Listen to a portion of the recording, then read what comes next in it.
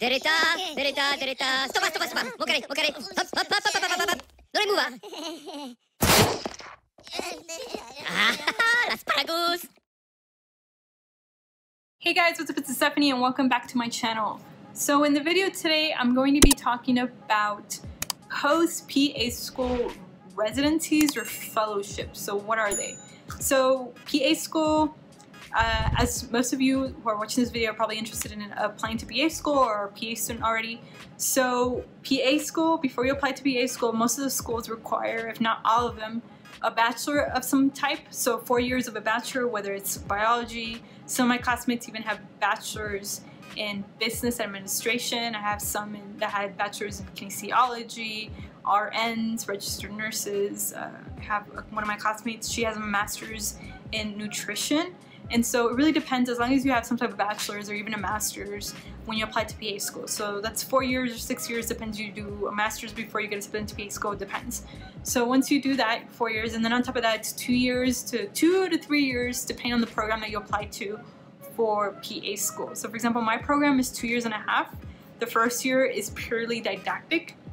So basically it's a lot of work. It's where you learn the clinical pathophysiology of diseases, you learn the physiology, anatomy, your clinical medicine, you have your pharmacology classes, so that's a year. And then the second year for us, it's clinical rotations. We have a total of 8 clinical rotations. You have 7 that are mandated by the program. It really depends on the program on which ones they mandate. And then you have your 8th one, which is usually an elective of whatever you want to go into. So for example, for me, I haven't completed my elective. It's actually going to be my last one. And I'm interested right now in ER, but I like everything, guys. So that's why, I don't know, I really liked my OB-GYN rotation. I really liked my psych rotation. I really like my pediatrics rotation. So I really don't know what I want to do. But being that I did work in the ER, I worked in the ER for more than 5 years. I really enjoyed the ER.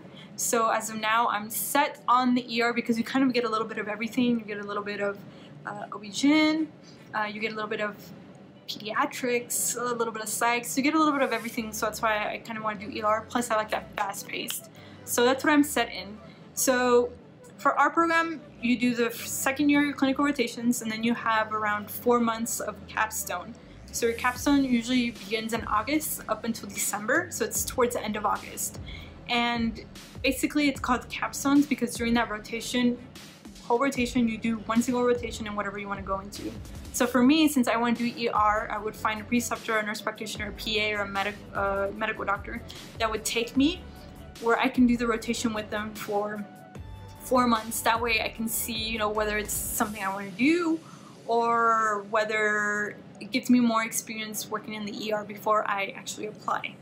So what is a fellowship? So a fellowship, or also residency, depending which one you apply to, is post-PA school. So it's post-graduation. It's whatever you want to go into. It's not mandated or required for anywhere that you apply to. Although now for ER, since I do want to go into ER, most of the ER jobs that I've been looking for, and here in Texas that I've been looking for, they usually require PAs to have either years of experience, usually 2 years of experience minimum, the ones I've seen, or have some type of fellowship or residency that they've been doing, which is totally understandable because I know when I did my ER rotation, there was a lot of things I didn't know how to do, especially when it came down to hands-on experience things. Of course, they teach you how to suture in PA school, but for example, placing central lines or doing more hands-on things, they don't teach you as much as in PA school. So this is one of the reasons why if you wanted to go into a residency or a fellowship, it's something that you would want to pursue, and that's the whole reason why I want to pursue a residency or a fellowship after PA school. So how long are these residencies and fellowships? It depends on the program that you're applying to. So for me, like I said, I want to go into ER, but I've seen fellowships for pediatrics. I know some of my classmates want to go into surgery. So there's also fellowships and residencies for surgery. There's also for OB-GYN. I mean, there's everything, critical care, internal medicine. They're everywhere, all over the US. So it just takes you to apply to them if you want to make sure that you get more, I guess, more knowledge and you get more hands-on skill if that's what you're interested in. And that's what I'm interested in. I want to hopefully when I graduate, apply to these residencies, apply to ER residencies and fellowships across the nation, and I want to be able to gain more hands-on experience. And when you go to the websites of these residencies and fellowships, they'll tell you how long each program is.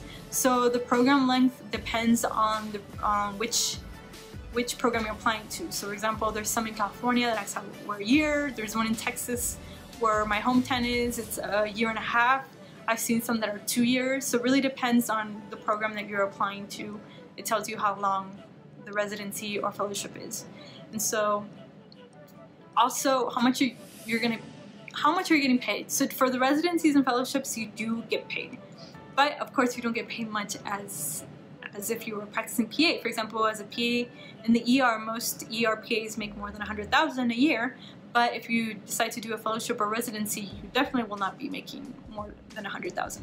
I've seen some of the ones that I was applying to or thinking about applying to, they're paying you around $46,000 a year. Some of them were $60,000 or $70,000 a year, so that's definitely significant in comparison to what you'd be earning if you were practicing graduating as a PA. So it's really up to you. You just have to know that you will be getting a pay cut. But for most of the PAs that work in the ER that I've talked to that have done residencies, they really, really recommend it. So that's why I'm really interested in doing a residency. And then on top of that, you learn a lot of skills. On the website, they'll tell you how their didactic program is, what you'll be learning, where you'll be rotating. So for example, the ER ones that I've looked at, you'll be rotating, for example, pediatrics ER. You'll be rotating different ERs. They'll teach you how to read ultrasounds, CT scans, MRIs, do more procedures.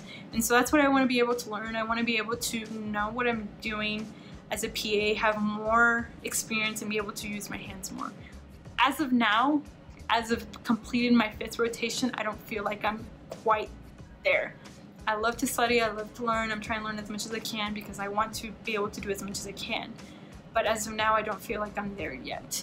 And so this is why I'm considering pursuing this residency. And then I felt like that during my ER rotation, I didn't get as much hands-on as I wish I would have.